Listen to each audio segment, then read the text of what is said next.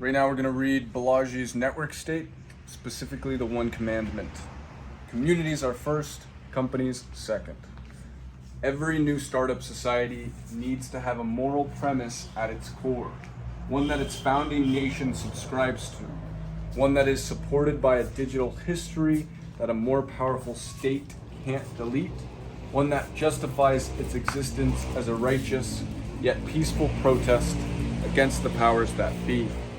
To be clear, it's a huge endeavor to go and build an entire moral edifice on par with religion and work out all the practical details. We are not advising you come up with your own 10 commandments, but we do think you can come up with one commandment, one new moral premise, just one specific issue where the history and science has convinced you that the establishment is wanting, and where you feel confident making your case in articles, videos, books, and presentations. The really awesome thing is, prior to reading the beginning of this, I have found a one commandment, and I've been following it, and I think it's a representation of a one commandment already given to us by other prophets, which is 1, Jesus, 2, Buddha. I'm sure the other ones that I don't know about said it in a similar way. Spread good vibes. The one thing Jesus wanted people to do, the one thing he said is please spread the gospel. What did the gospel represent? Good news. News is equivalent to vibes. News is vibe packets. It's a form of it.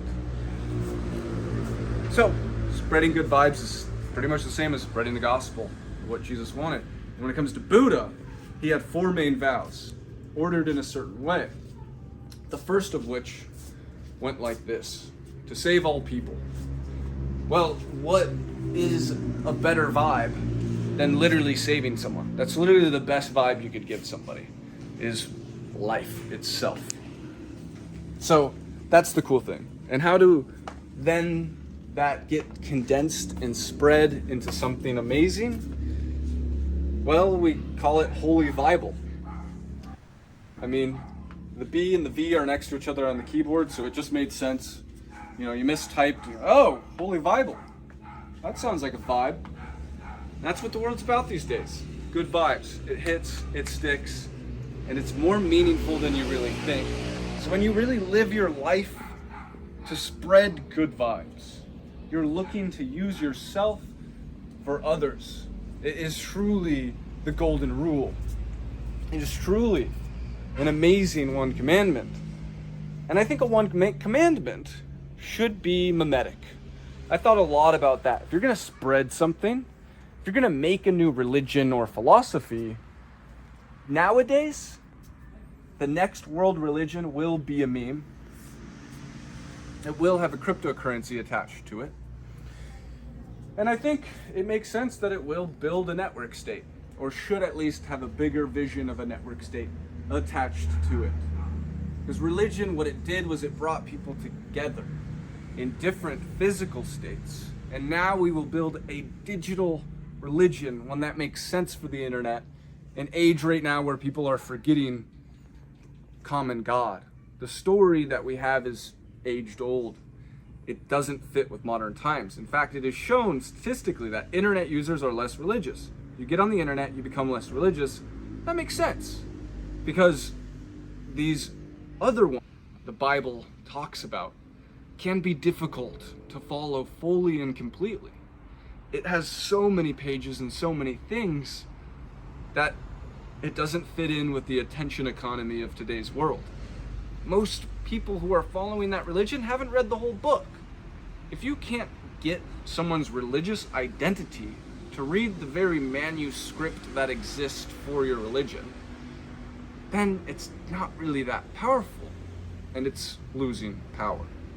But a funny thing that happened to me is, from me being agnostic, born Christian, I then kind of went through this phase of, the Holy Bible is one page, but it really breaks down what every religion gives to somebody, which is faith itself. All religions basically tell a story through which you should do good and hope for a good future. In fact, as long as you can hope for a good future, you can naturally calculate that the best thing to do is to do good. If there is an infinite horizon and an amazing utopia to last us, then there only exists one scarce resource, which is good karma, meaning fulfillment of doing good by others. There will be a time where there will be no more ability to do that. God will do it all. So that would be the only scarce resource you have if you have great faith in that future. And I think we've lost our faith. We've lost it because it's convoluted by these stories that don't make sense.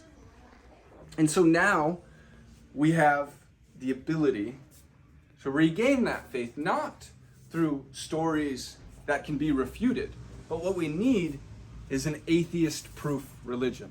Something undeniable by the people who cannot sustain that belief in some higher being. But the very higher being that the Vibes is about is the fact that raising yourself and your own thoughts and your beliefs, having faith in a great future, is a better way to live. God has a plan for you, and if he doesn't, it's just better to think that he does. Put more simply, or atheist proof, if you have faith in faith itself, you're proposing to live a better future. Simply believing in the idea of believing gives you an ability to then sustain that thing that you want. And we as a humanity are only limited by how high we dream, by how much we believe. Because as much as we forget it in today's age, we collectively are creating this world and this future. If the humans were gone, do you know how fast natural life really evolved? You can fast forward millions of years and maybe something's got a leg on it. So that is the very basis of what my life has become about. And I've been, from the very beginning, thinking that a venture studio has the one big ability to scale, to empower the nodes inside of it, to tackle the greatest problems that exist today, and to build an ecosystem, an organism that can rival the greatest powers that be, which then comes back to perfection with what Balaji has written. He truly has summed everything into a beautiful vision. So back to the story. I actually have not read this one commandment thing. I wanted to do it on video, and honestly, just that first paragraph made me so passionate to share some of these deeper truths that have been going on inside of me. These presentations are similar to startup pitch decks, but as the founder of a startup society, you aren't a technology entrepreneur telling investors why this new innovation is better, faster, and cheaper. You are a moral entrepreneur telling potential future citizens about a better way of life, about a single thing that the broader world has gotten wrong and that your community is setting right. People don't care enough about the good vibes and spreading them today. People are too worried about their own good vibes. And the funny thing is, when it comes down to it, the best way to empower your own vibes is to spread it to others. Seeing the joy, your capability to put joy on someone else's face and to change their life. It's also a way you can look at it is like you're becoming a passive karma farmer. When you empower people and those people can do good, you're getting passive karma income. You're a karma farmer. And that's awesome. Relationships, at the end, are everything. By focusing on just one issue, you can set up a parallel society with manageable complexity. And as you are challenging only one civilizational rule, unlike a political party, you're not offering a package deal on many issues that people only shallowly care about. With the one commandment, you're instead offering a single issue community and attracting not single issue voters, but single issue movers. The concept of a parallel society. Just as a note on terminology. To back up, There will be startup societies within startup societies which build bigger network states. These groups will organize and work together and organize bigger organisms. I am focused on planting that very top tier, level 1, that is universal. There are many great one commandments and specific things that will cause the world to be a better place that may be a better niche for finding direct right people. And those people should find those things. And I would like to help whoever's finding those things and provide resources and whatever I can do to spread good vibes that way, as well as the people who are in the Vibe tribe would want to too. At the end of the day, every single mission that is virtuous and altruistic, at the end of the day, is really just a pitch on why it is better at spreading good vibes than another one. We are taking the top level approach, taking the very mimetic approach for something that can truly become an internet religion relative to Dogecoin, which is highly mimetic. Bitcoin is far more religious. And both of those are two very powerful things for a currency. A currency is simply a myth that we believe in, something we have faith in growing over time and more people believing in it too. It plays on the greater fool's theory, a term I don't like in this case because it causes you to call a future person who joins a fool. But at the end of the day, the old systems, the ones that people may not leave, are going to make the fools. And the people who see the future and understand where the world is going to be the ones who switch to these new economies. These new economies where we put our money into the things we truly do have faith in, that should grow with time, that are set up to, that have a mimetic tone to it, like Doge, and a religious overtone, which is basically, from a business standpoint, the mimetic ability is your ability to organically, naturally drive the flywheel of attention. Your religious overtones is your capturing of people from that attention.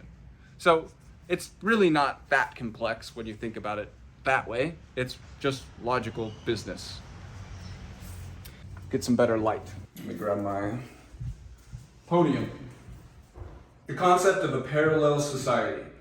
Just as a note on terminology, we consider a startup society to be a new community built internet first, premised on a societal critique of its parent community, and founded for the purpose of addressing that specific societal problem in an opt-in way, namely by recruiting people online to voluntarily form an alternative to society that shows a better way.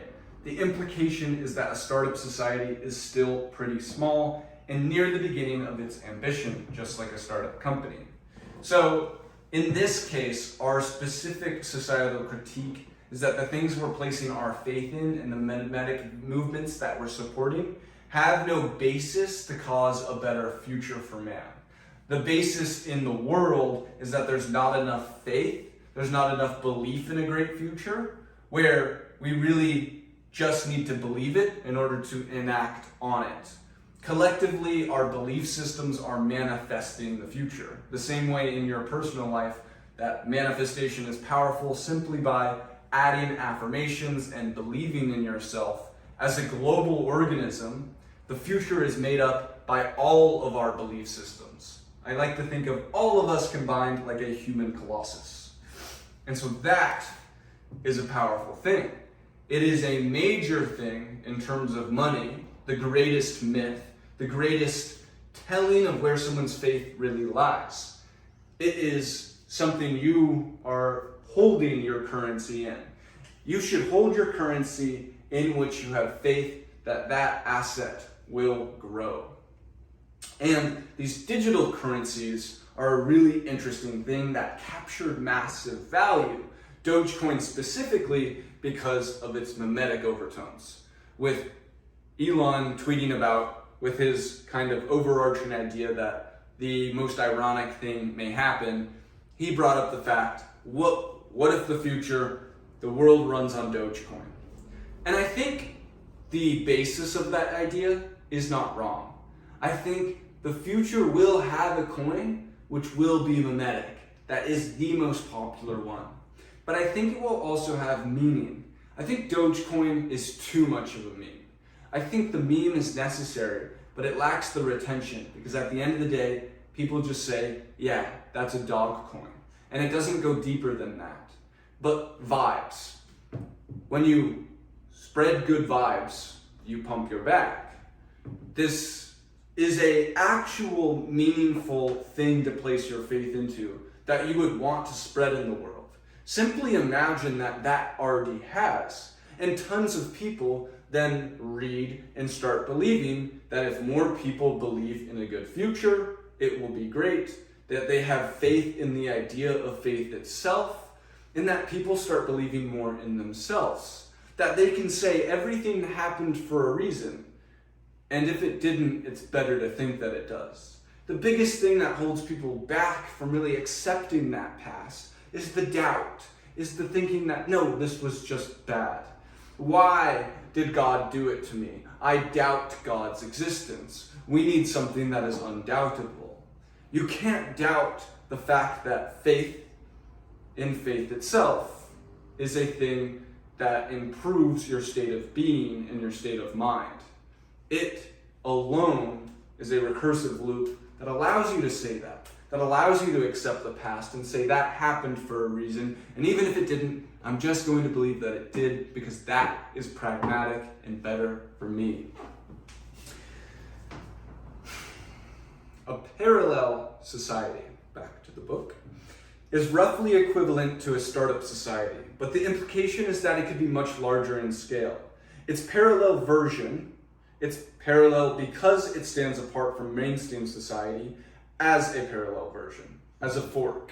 It's not set up in opposition to the mainstream on every dimension, but a parallel society is certainly differentiated from the mainstream on a key axis. You can think of this relationship between startup society and parallel society as similar to the relationship between startup and tech company. The former is early stage, while the latter can be of any stage. The analogy works in another way. Just like a tech company can refer to a fully remote organization, a partially physical company with some office space, or a globally recognized multinational like Google, a parallel society is also an umbrella term that can denote a wholly digital network union. A partially physical network archipelago, or a diplomatically recognized network state. That's important because you may be able to realize the goals of your startup society with a purely digital network union. You may need the physical footprint of a network archipelago, or you might need the formal legal recognition of a full network state. It all depends on the nature of your one commandment. Can it be accomplished purely at the community level? Does it require a physical build-out, or does it require changes to the legal system? This alone acts as a pretty good capital right now. It's got all the right vibes. And will continue to act as a place, a headquarters for the growing of this movement. And something that is interesting to me here is the talking about, does it require legal recognition, like diplomatic recognition? Because it's one of the parts of then the greater startup society that's attached to this idea, which is called the New World Order. A mimetic view of the New World Order, which at the end of the day has lost the political battle already. And if you ever play chess, you can understand that the pawns are the most important part. Because at the end of the game, all pawns become royalty. All pawns can become the queens. They can become the kings, but in this case, we'll think of the king as God. You don't want to become God anyways. We're gods who want to become men.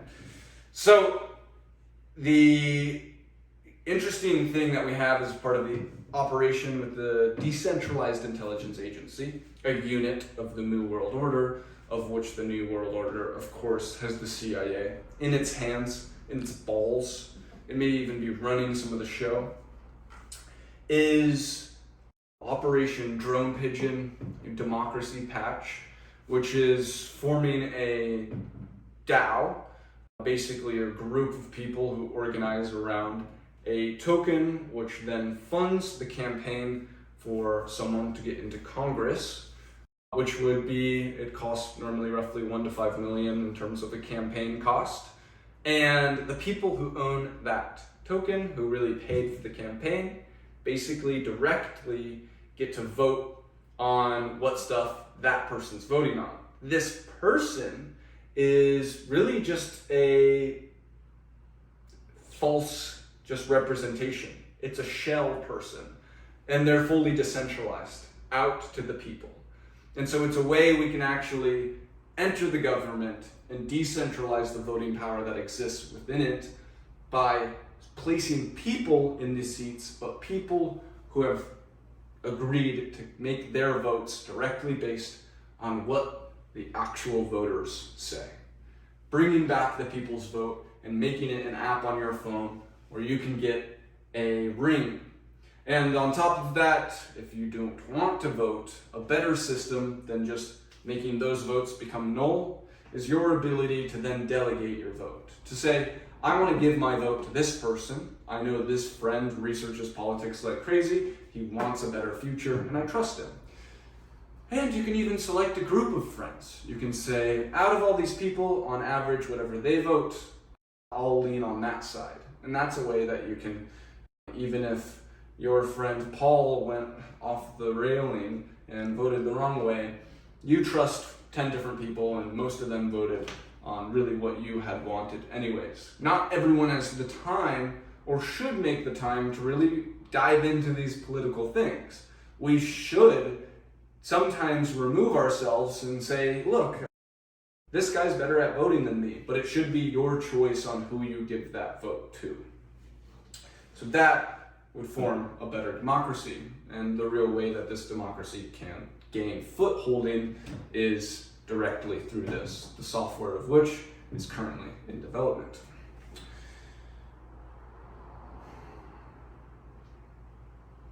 A few specific examples will make this clear. We'll describe startup societies based on a wholly digital network union, others based on a partially physical network archipelago, and yet others that need diplomatically recognized network states. Examples of parallel societies, digital network unions. Renewal culture, the cancel-proof society. Let's start with an easy example of a one commandment based startup society, which only requires a purely digital network union and doesn't require a full physical footprint like a network archipelago, let alone diplomatic recognition like a network state. This is the cancel-proof society. Suppose you are the hypothetical founder of this startup society. You begin with a history of the last 15 years showing all the bizarre examples of social media cancellation, something like Ron Johnson's "So You've Been Politically Shamed."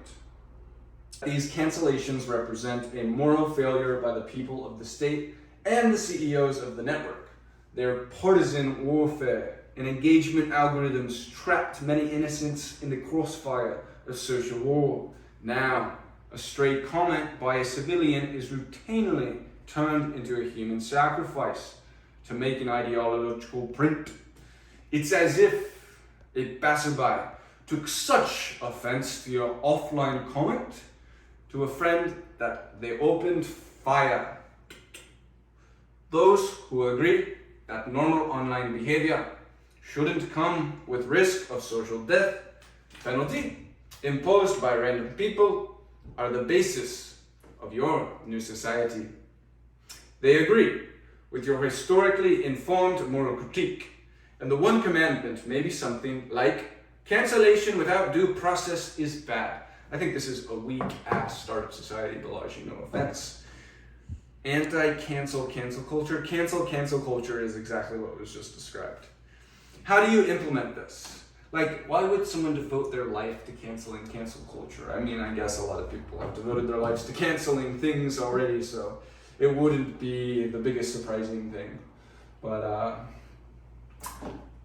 I think he was more focusing on writing the overarching picture of what is to come for the future and just looking then for an example, not really running through the idea maze of finding the best one commandment. or better ones. How do you implement this? One solution is just a network union that provides a combination of A, guild, and B, cancellation insurance. You assemble a group of people in a Discord, optionally take a stake in each other by issuing a DAO token, and work together to promote each other's work and help each other out. This could be a guild of, say, graphic designers, or young adult fiction writers, or electrical engineers. The token of the DAO would be optional. It wouldn't be meant to be some massive new thing like Ethereum. It's just a way to record who contributed time and or money to the startup society and how much they did. People would give in order to get, a bit like Stack Overflow karma. And those with more money than time may buy the token to support those in the guild with more time than money. Now, 99% of the time, this startup society is just doing peacetime activities, like helping people find jobs, organizing promotion for new product launches of members, facilitating introduction, or just hanging out at meetups. But 1% of the time, someone in the guild is under social attack. In that situation, the guild can choose to publicly respond as one, or, if grievously outnumbered, can quietly support the affected party with a new job after the uproar has died down. In such a circumstance, the one commandment kicks in, and there is internal due process around the attempted cancellation. Did the person actually do something wrong? And if so, is the correct penalty more like a $100 fine or an apology, rather than a career-ruining public calumny? The concept is that this kind of startup society serves a dual purpose. It's useful in peacetime, but it also gives people a community to fall back on in the event of digital cancellation. And that's how one could build a cancel-proof culture. Another example of parallel societies, this one, physical network archipelago. Keto kosher, the sugar-free society. Next, let's do an example which represents a network archipelago with a physical footprint, but not a full network state, with diplomatic recognition. This is keto kosher, the sugar-free society. Start with the history of the horrible USDA food pyramid, the grain-heavy monstrosity that gave cover to the corporate sugarification of the globe and the obesity epidemic. Well, one quick thing to note is that people in the cancel-proof culture would, of course, be thinking that what they are doing is building a society that is better vibes, that that's too much bad vibes for somebody. So, be an anti-bad vibe machine. A keto, sugar-free society also believes that this diet gives people better vibes throughout the day. So this is referring back to my point about how the good vibes on top is literally what every other single mission that someone could think has a moral authority is. Claiming moral authority is claiming that this mission has better vibes.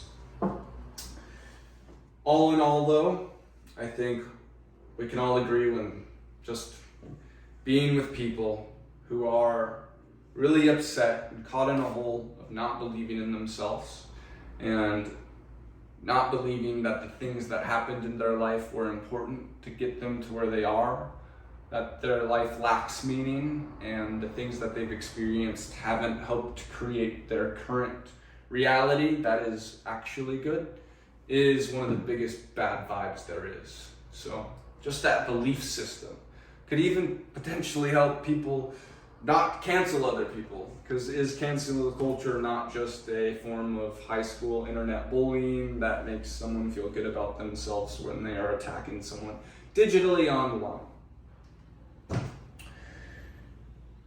The grain-heavy monstrosity that gave cover to the corporate sugarification of the globe and the obesity epidemic also discussed the cure in the form of keto and low-carb diets, then operationalized this cure in the form of a partially physical network archipelago, organized a community online that crowdfunds properties around the world, like apartments and gyms and preps. eventually even cul-de-sacs in small towns.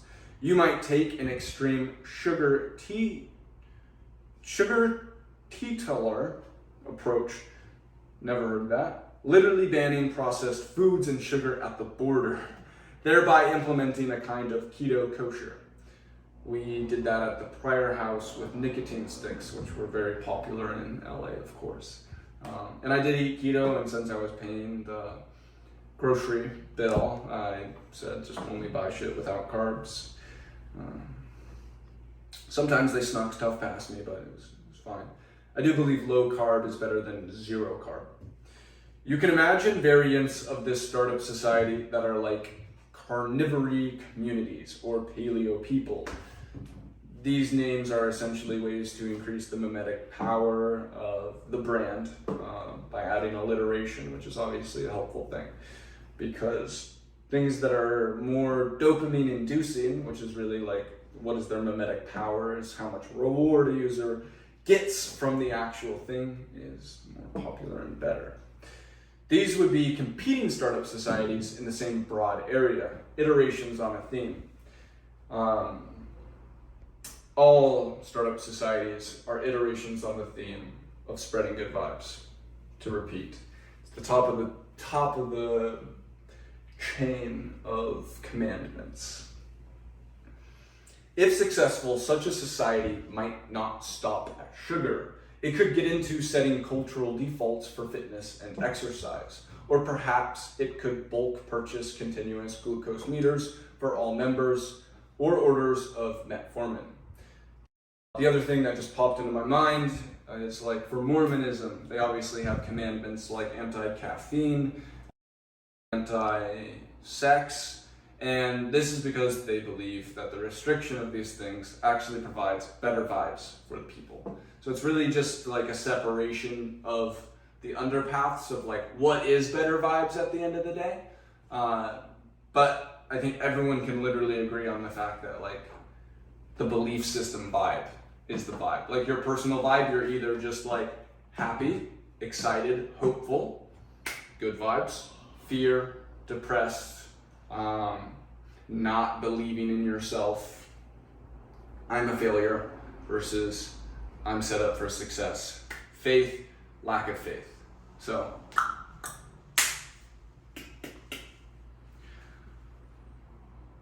digital Sabbath, the partially offline society. Cars are on balance a good thing, but you can overdo them. Mid-century America did. It obscured the San Francisco waterfront with ugly elevated highways, impeding the walkability of this beautiful area. That highway was removed in the late 20th century, and the removal was an acknowledgement that sometimes we can have too much of a good thing. Order was restored to the force. 24/7 internet connectivity is like that. It's good that we are doing things like Starlink to bring internet access to the entire world, to provide free online education, and to get them into the global economy. But it's bad if you can never disconnect from the internet. That's why apps like Freedom are so popular. I use one called Opal. That's why people use commitment devices like timed cookie jars to hide their phones. And I was thinking about that. Starlink ruins the camp vibe of like, we're camping, like no one's got service, even if you want it, you know? That's why apps like Twitter and Snapchat got popular on the basis of artificial constraints, like limited characters or disappearing messages, because they were optimizing for fallible humans rather than infallible machines. That's why Tsuwa cuts off the internet at night, why Apple now provides screen time metrics, and why books like Atomic Habits and Indistractable sell so well. What if this optimization for fallibility didn't have to be an individual thing? What if there were a society that helped you with internet distractions and self-control, that recognized that the internet was good, but that times and places without the internet were also good, just as cars are good. But a San Francisco waterfront without cars is also good. So you set up your church with a mini EMP device that impedes all devices from working in the area.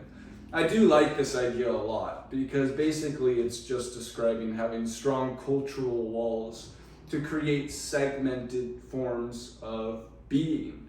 And that's important to be able to have. Personally, for me, I asked Lynn to take my phone at 10 p.m. every night. In LA, I had a lockbox where I'd lock it, and if I was good that day, I'd just throw it off the balcony. But if I was bad, I'd throw it in the pool.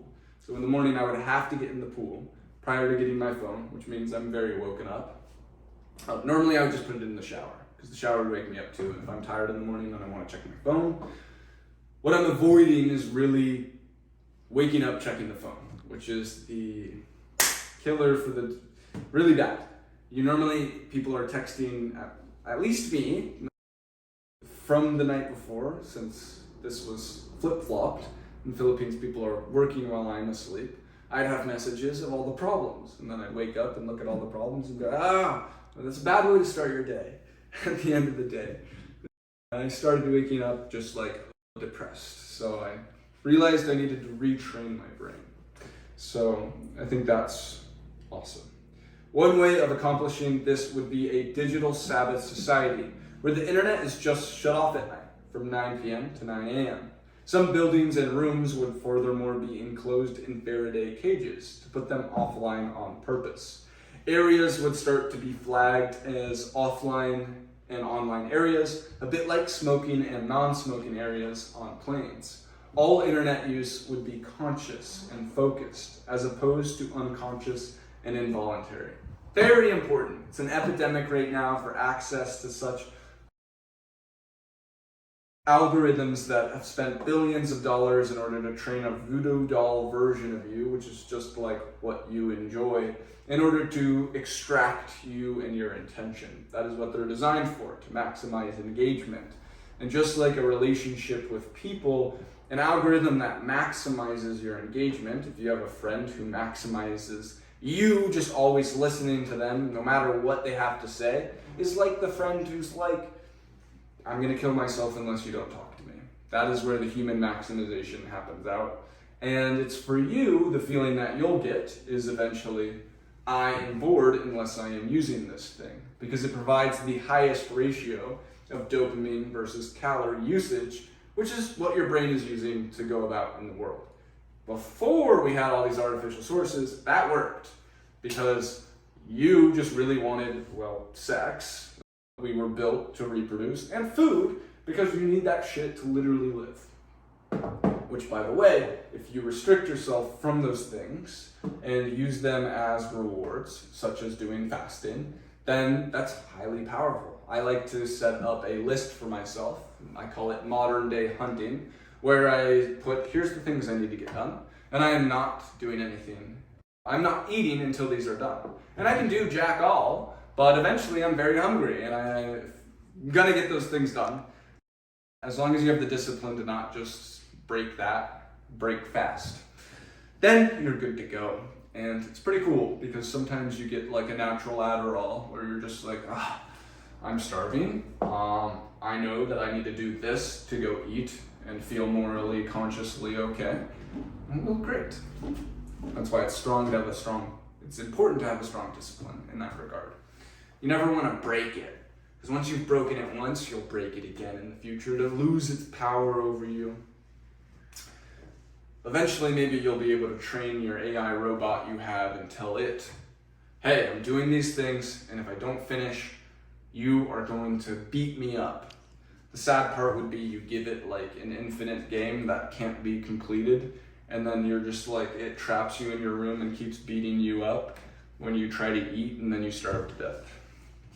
That's the dystopian version. That can be a Black Mirror episode. You ever see Black Mirror? Yeah, it's so good. Over time, such a society could try to build apps to give individuals back control over their internet use, with open source machine learning tools running locally on devices in a privacy protecting way to prioritize notifications, block distractions, and encourage productivity.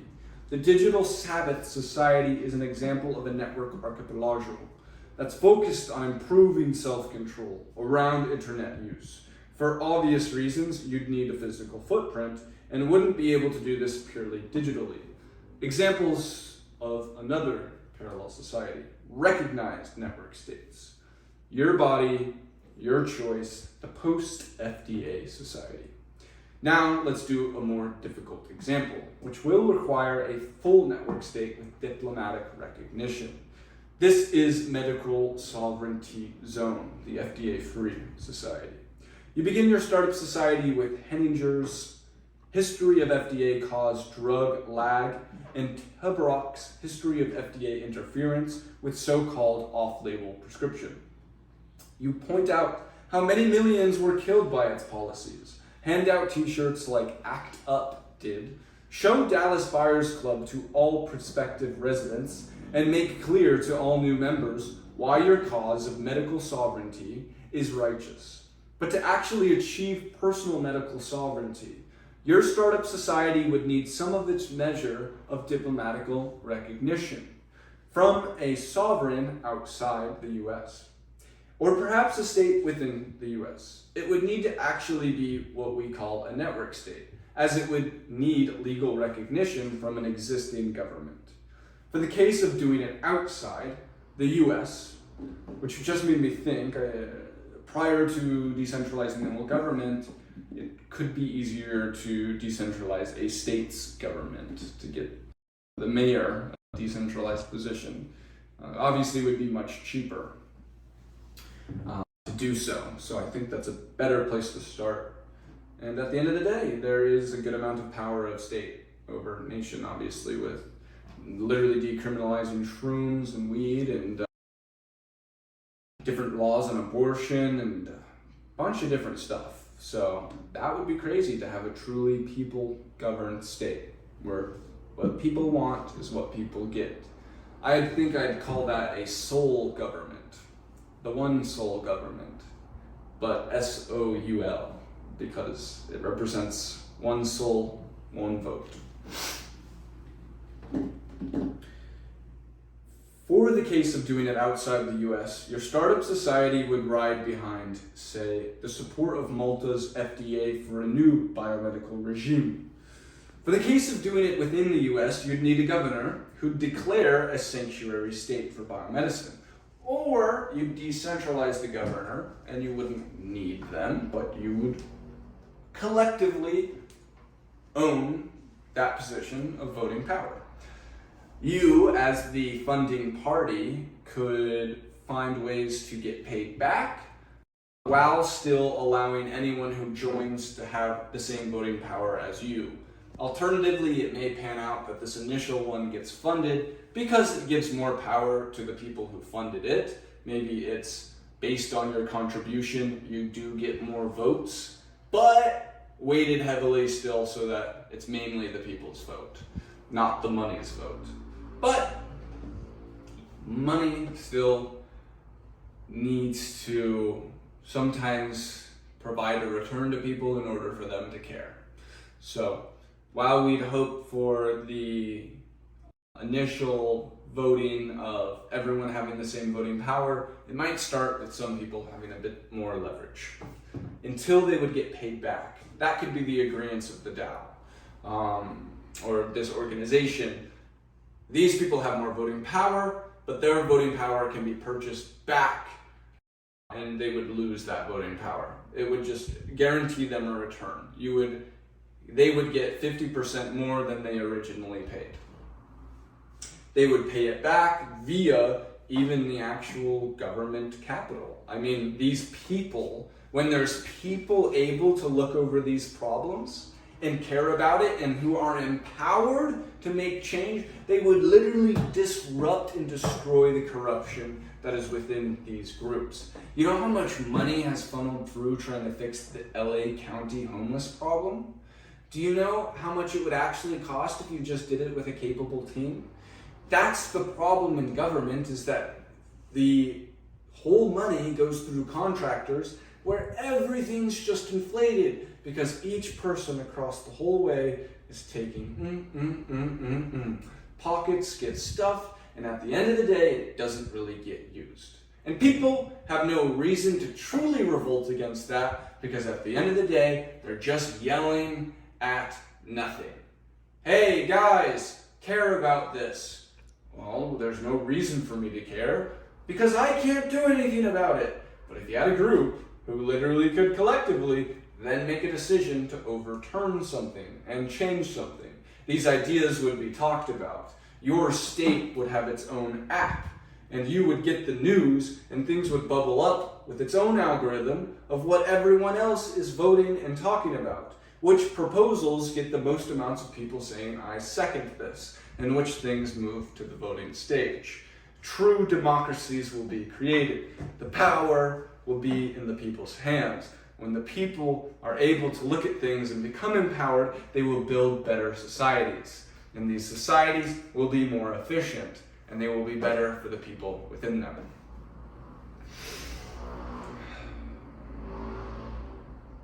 With this diplomatic recognition, you could then take the existing American code base and add one crucial new feature: the absolute right for anyone to buy or sell any medical device without third-party interference. Your body, your choice. That's how you get an FDA-free zone. Here is an analysis of parallel societies. Now we see why a focused moral critique is so important. It combines A, the moral fervor of a political movement with B, the laser focus of a startup company into a one commandment-based startup society.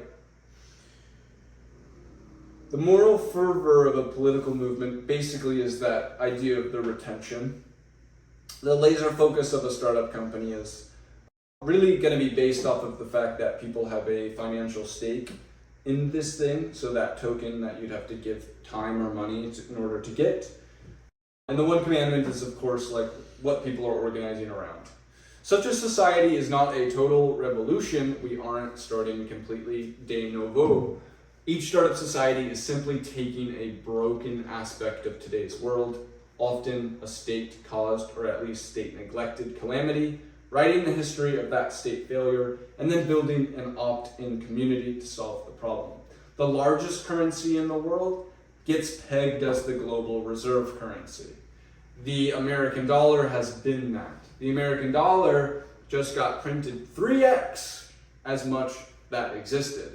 And you got a stimulus check that made you feel like it was a good ordeal. But the stimulus check was a form of making you not upset. It was a subduing method.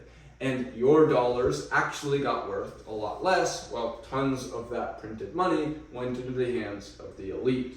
It was more leverage for the higher ups, not more leverage for you. And the dollar being able to be printed will be continuously a problem. There is a plan by the World Economic Forum and the powers that be, and many nation states funding an SDR, a new global reserve currency. In fact, almost $1 trillion has poured into this. That can be found by looking at the mooworldorder.com website in order to go view and dive into some of the deeper stuff, because we have people who are staying up to date with what the globalist movement is from the World Economic Forum side, who has publicly stated, you will own nothing, you will have no privacy, and you will be happy. But it will be their version of keeping you happy. And if it's anything like what we have now, which is opioids and things that don't actually do better for us, but seemingly manipulate or control us, then we will continue to be pawns in their game and kept that way. But I'm not worried about that, because I know how this all ends. I'm faithful and I'm hopeful about it. And really all it takes is all people coming to that belief too, of having hope that there is better and that inevitable future will manifest itself. I am on that side, and I'm dedicating my entire life to pushing forward the things that I can in order to make that happen. I am building the framework of myth so that people can rally behind it. And at the end of the day, open to working with all societies and all people.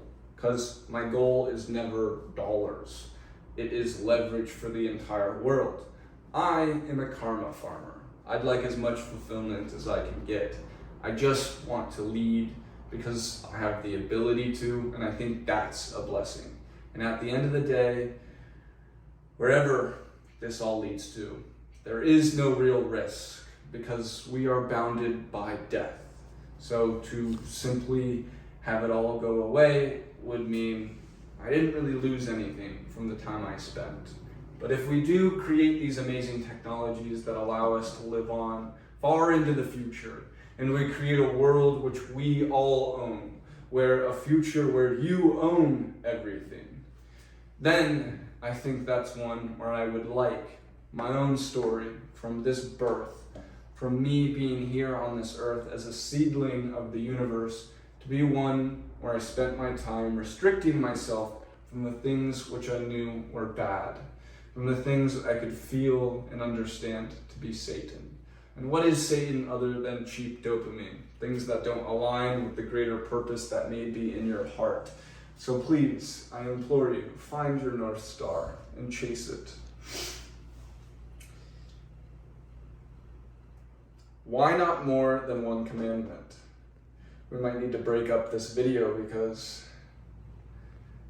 it is, I think we're halfway through the actual media.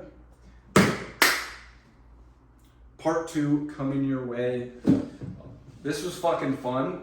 I am doing a lot of writing recently, and I didn't realize that it's all in my brain in a cool, fluid way because I feel like some of the thoughts I laid out were said well. I impressed myself is what I'm saying. I'm like, holy shit, like, good job, Jack. You spoke words good. Yay!